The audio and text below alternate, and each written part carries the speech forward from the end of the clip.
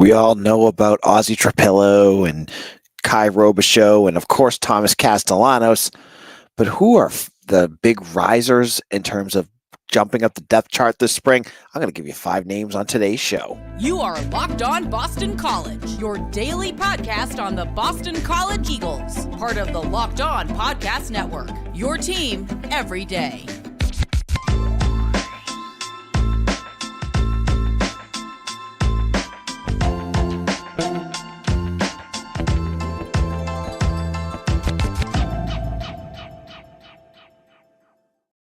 Hello, Eagles Nation. This is Locked On Boston College. I'm your host, AJ Black. I'm the editor and publisher of Eagle Insider.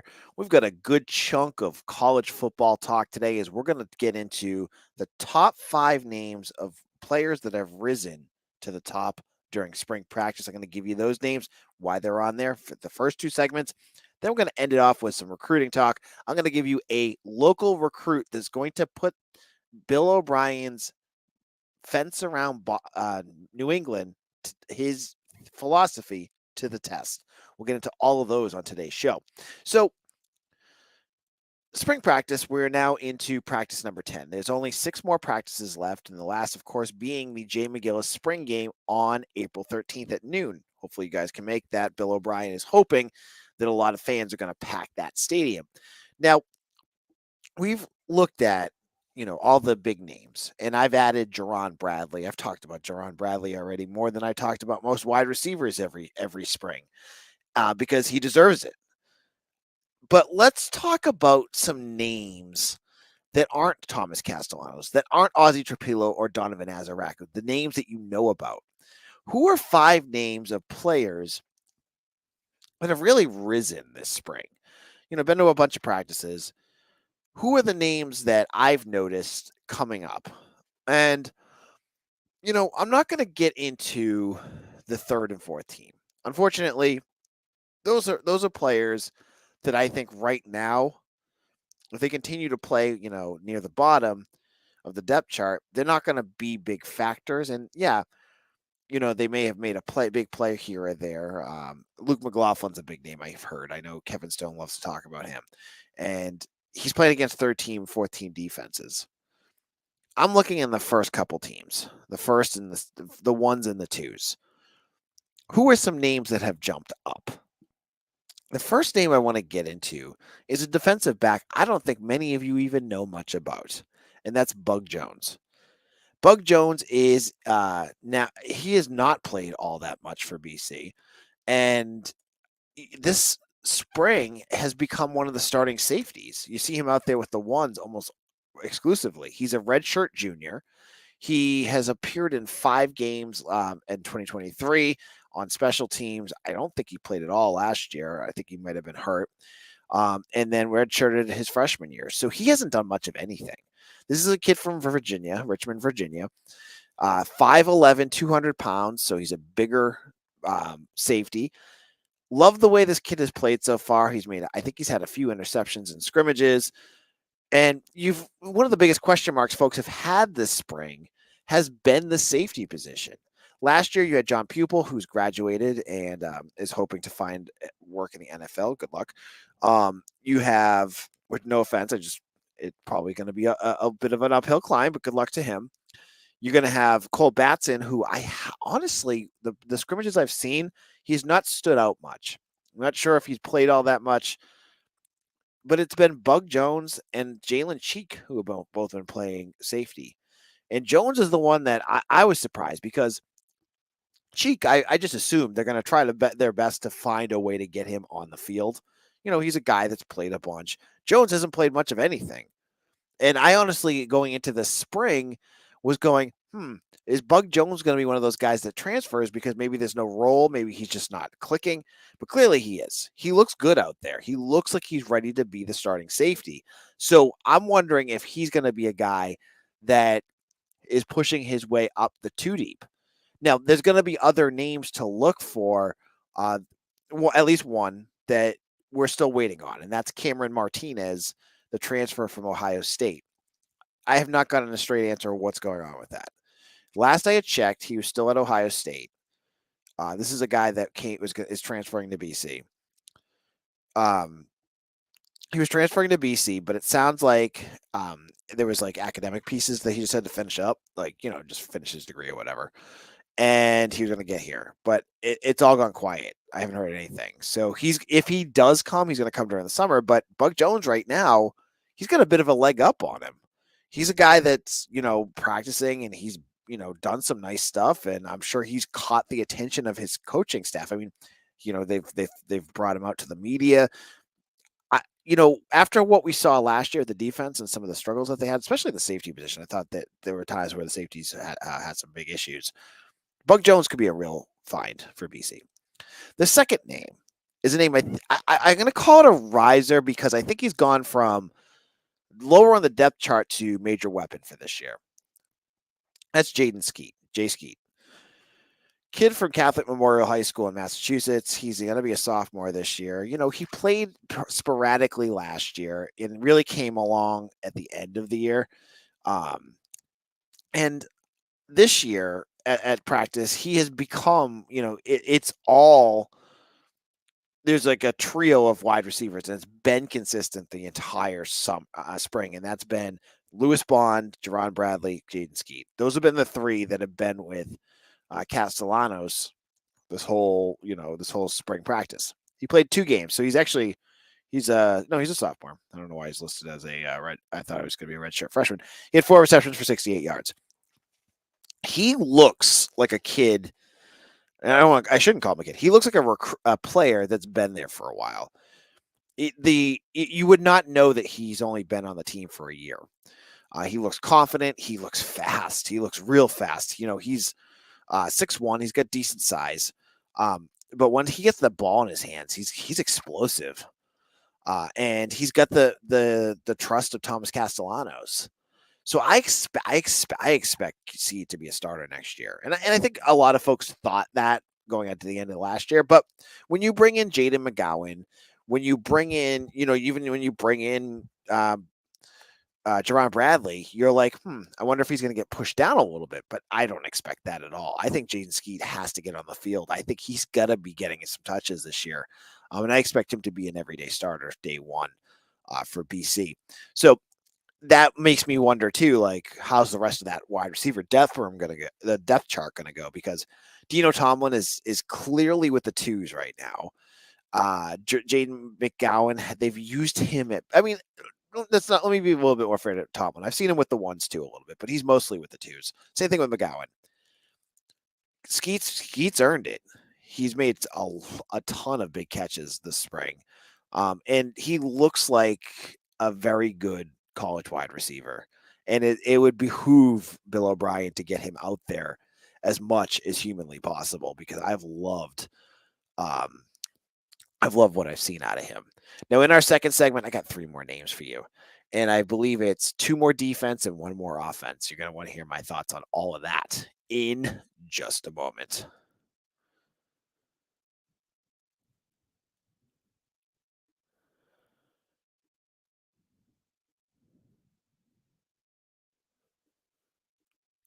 When you're hiring for your small business, you want to find quality professionals that are right for the job.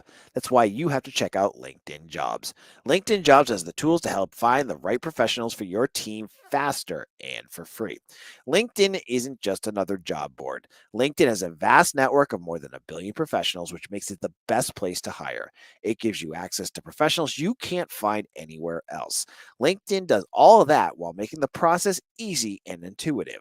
Hiring is easy when you have that many qualified candidates. So easy, in fact, that 86% of small businesses get a qualified candidate within 24 hours. 2.5 small businesses right now are using LinkedIn for hiring. So post your job for free at linkedin.com/lockedoncollege. That's linkedin.com/lockedoncollege to post your job for free. Terms and conditions apply.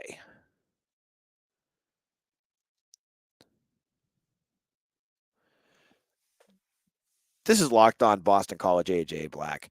Thank you all for listening. And if you have not already, check out Eagle Insider.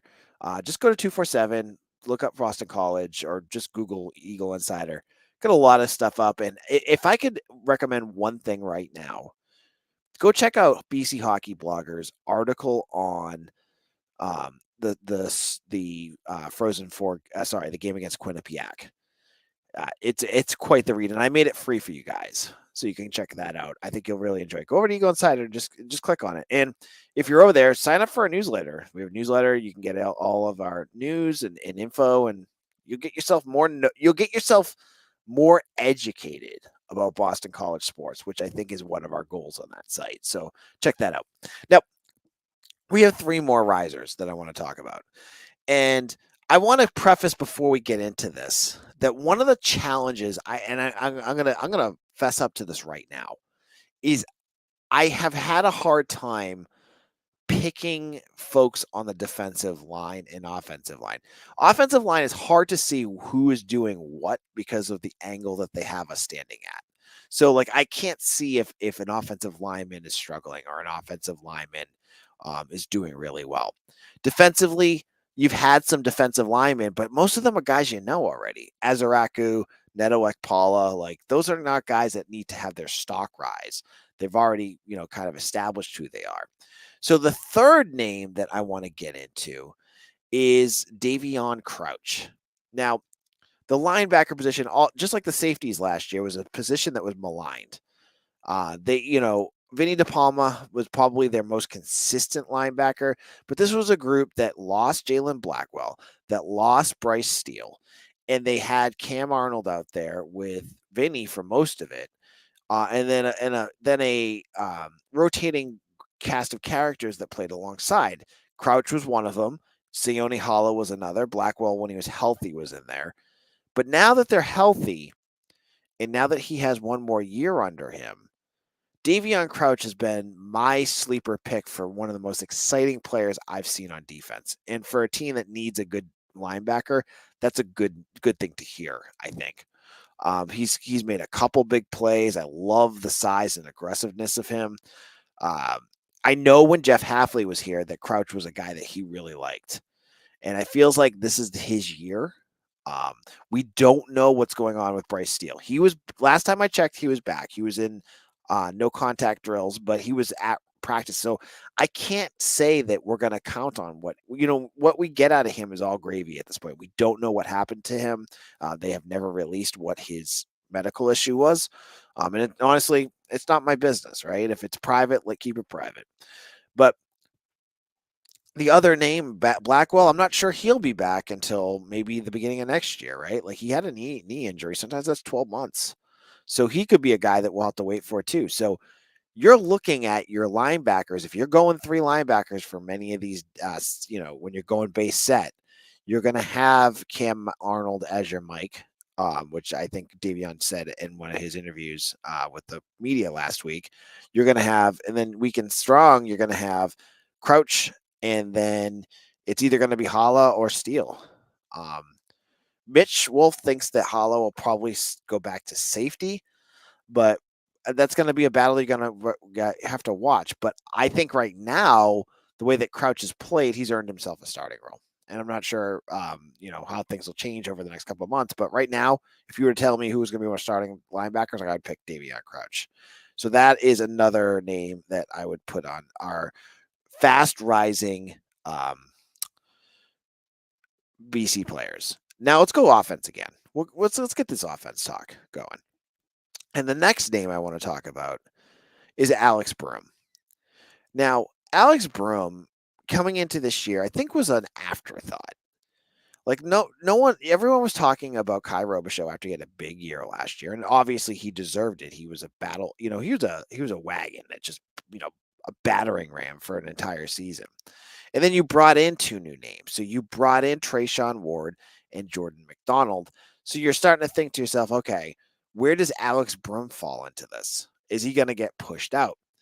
I'm going to tell you from what I watched. Now, Alex Broom has played a little bit with the 1s. He's played a little bit with the 2s. He's got, he bounces back and forth. But every run this kid takes is tough. He's explosive to an extent, but he's hard to tackle, and he's earned himself snaps next year. I'm not sure how they're going to utilize him because I don't think that Bill O'Brien's going to do what BC did last year, which is just run the ball the Kai Roba show and having Thomas Castellanos run the ball. I think he's going to have a more complex offense than that. So Alex Broom, I could see playing a role in the passing offense. He's always showed to have decent hands. He's, I go back to 2022 when he was their pass catching running back. He's undersized, but you see him up close, and his body size, he reminds me a ton of Maurice Jones-Drew. Just like he's built. He's obviously spent a lot of time in the weight room. But watching him in scrimmages, they put him in with the twos a lot. He just goes back there and he winds up and he just hits them. And I've been impressed with the physicality of Alex Broom this spring. And so to the point where I'm wondering how they're going to figure out a way to get him in this offensive scheme. So that's my next player. My final player is someone who started last year, but I think is ready to take the next step. And so this stock is rising from, ACC level starter to star cornerback, and that's Amari Jackson. We saw him make some big plays last year. I go back to that Georgia Tech game where he had the pick six, which was insane. One of the craziest plays of all last year. But there were still times he got beat. He wasn't cornerback one. Elijah Jones was that. This year, he is clearly cornerback one because every scrimmage I see, and there's been some I haven't been able to get to, he fills up the stat sheets. And I believe the last scrimmage I went to, he had an interception that game. He had an interception the game before. He is going to be your cornerback one. He has the ability, and I think he has, this is his third year as a starter. I feel like Jackson has proven himself that he could go and become a lockdown corner, like a guy that you can put on your opposition's best wide receiver and let them battle. And so when BC takes the field against Florida State, and I'm sure Florida State's going to have, I know Keon Coleman and Johnny Wilson are gone, but I'm sure they're going to have, their next level wide receivers. And I don't know who they got in the portal. I haven't looked at it, but you got to imagine their top one's going to have Amari Jackson on him. And he's looked great. So as you see, I've picked 3 defensive players that I feel like have seen their stock rise. Now you could ask the coaching staff, and they could say some offensive linemen that maybe they've seen. It's again, as someone who's watching on the sideline, it's hard for me to say, Jack Funk missed that block that was on him. It's just it's an angle thing. It's hard to see. Like when you're in a press box, you can see it, but when you're at practice, it's a little bit trickier. So I didn't pick an offensive lineman, but I'm sure there's some out there. And we'll have to wait to see who the starting 5 is and if there's any changes when they get to the summer. That'll be an interesting one to watch.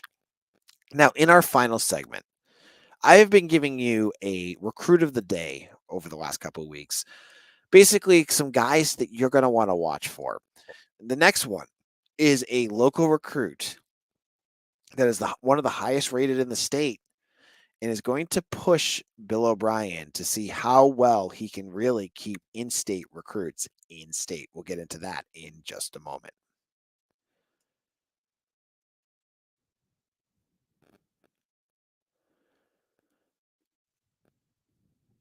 Passion, drive, and patience.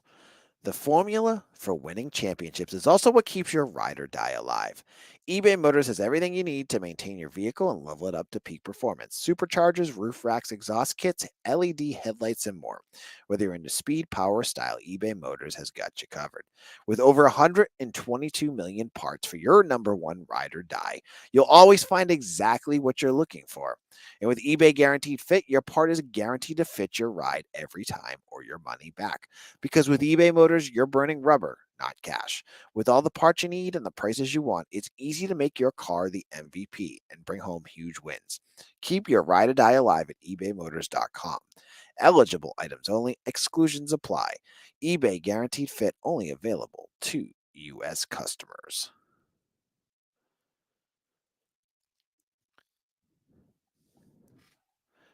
This is Locked On Boston College. I'm your host, AJ Black.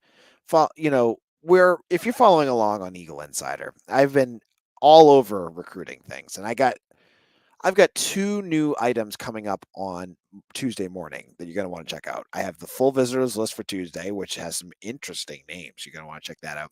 And a new official visitor who is someone I didn't even, this new staff, there's some names out there that have surprised me that BC's been linked to. This one just planned an official visit, and his offer list reminds me of CJ Burton's. I'll have that up in the morning, so make sure to check out Locked On 247's Eagle Insider. Check out my work there. But this last segment, I've been trying to give you the listeners a primer on some of the names you want to watch for. We talked about Tommy Rupley. We've talked about some of the other recruits that BC has been linked to. Today, I want to talk about a recruit from Massachusetts, and he attends Brookline. He's from Brookline. He goes to the Dexter School, and his name is Hardy Watts. He's a 6'6" interior offensive lineman, ranked the 23rd interior offensive lineman in the country, and according to 247, he's the number 1 recruit in the state.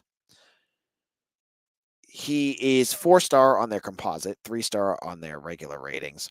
And why I want to talk about him, because Bill O'Brien has talked about how important it is to keep local recruits local. But any BC fan you talk to, since the time of Steve Adazio, has noticed that there's going to be recruits that are going to get national attention, and it's going to be an uphill climb for this staff to keep them local. Now, Watts, he has offers from Alabama, Clemson, Duke, Kentucky. Let me just continue pulling up these names because he's got a bunch of them. Maryland, Nebraska, Michigan, Michigan State, Penn State, South Carolina, Texas A&M. So you see what I'm getting at, right? Like, he's got a ton of offers, and he's been to BC. He did an unofficial visit this month. I talked to him. I think he's going to take an official visit to BC, but I didn't get a straight answer out of him yet. So it could happen. It might not. But this is going to be a perfect example. This is going to be tough for Bill O'Brien. I think he likes BC. I honestly think, talking to Watts, I've talked to him, I feel like he's considering the Eagles. That being said, you've got some heavy hitters on here. And I don't think, I know folks are going to talk about NIL. In the recruiting world, NIL isn't as big as you think. You might get NIL for quarterbacks or top edge rushers, but most NIL is for transfers and to keep guys on. You don't most NILs aren't going to just take gambles on recruits. So I don't think that's going to be it. It's going to be whether he wants to stay local for a team that has, that went 7-6 last year, or go towards a blue blood. I mean, Michigan's there. They're the national champions. That's going to be tough. And I don't know. I honestly don't know what Bill O'Brien can do to keep local kids local. Beyond selling what he can sell, right? If a kid wants to leave, he's going to leave. We just saw Samson Onawaha from Belmont Hills. He was on campus 2 weeks ago, but then last weekend he visited Duke and committed. So they lost him. So that was a loss that Bill O'Brien had. But then you look at Bo McCormick from, where is he from? BBN, I think. And he's a wide receiver. He committed to Syracuse, but I can tell you that one, BC wasn't really connected to that. So those were 2 local commits, but it's not those guys. This is the number 1 recruit in the state. What better way to make a statement to Massachusetts recruits is if you can keep Hardy Watts in Massachusetts. I think the next big step folks are going to want to watch for is, will he take an official visit to BC? If he chooses, most official visits are in that month from May 31st to the end of June. If during that time he does not take an unofficial visit to Boston College, that's a red flag. If they can get one, that's good. That's good. That's good news for BC. So that would be the next step to see. But I'm skeptical of this building a fence around New England. But if there's one guy that can do it, I think it's Bill O'Brien. We'll have to wait to see how he handles the situation, because it's going to be a tough one to watch. Thank you all for following. This is AJ Black. You follow me on Twitter at AJBlack247. You can check out my work at Eagle Insider. If you like this podcast, please like it wherever you're listening. Subscribe. We're the only daily Boston College podcast out there, and I know many of you out there have made this part of your daily routine. And I want to thank each and every one of you that do that. It does mean a lot for me that you have made us part of your life, and hopefully you enjoy it. Follow along on Twitter at AJBlack247 or an Eagle Insider. And we'll see you all again tomorrow for another episode of Locked On Boston College, your team every day.